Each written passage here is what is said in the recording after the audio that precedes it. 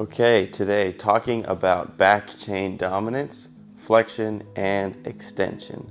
So when we look at posture as a resting thing, a static thing, a non-movement thing, posture just being someone standing. We oftentimes focus on the low back, on whether it is extended, flexed, hyperlordotic, anteriorly pelvic tilt. Many names come about when we are looking at posture. We're not statues. We move through time and space.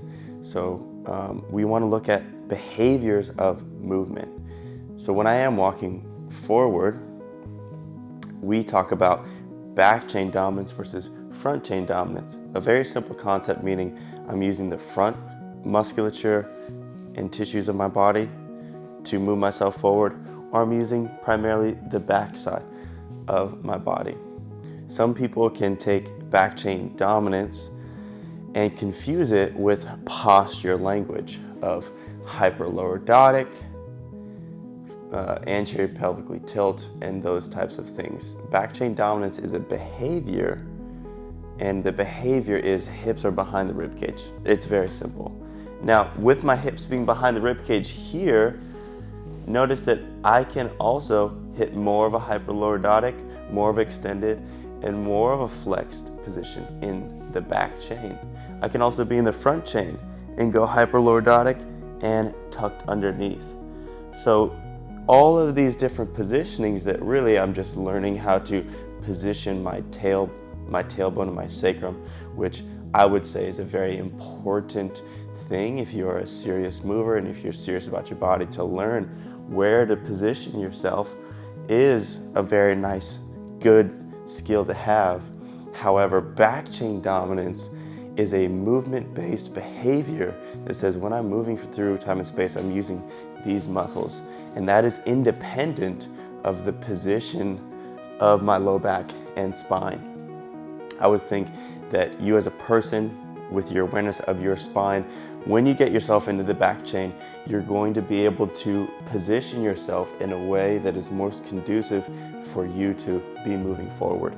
Now, I will say that if you're in the back chain and you have this position, it's going to be very difficult for you rather than this position, which is more of our go position. We see primal tunneling of the back, which is when the spine kind of sinks into the musculature of the erectors around it, and you get this nice long tunnel along the spine from the tip to the top. So back chain dominance is when the hips are behind the rib cage at a 3 to 6 degree tilt, and I'm using the back musculature to move forward. So I'm constantly moving in the back chain, back chain, back chain, back chain. And sometimes in the back chain I go like this, sometimes I go like this.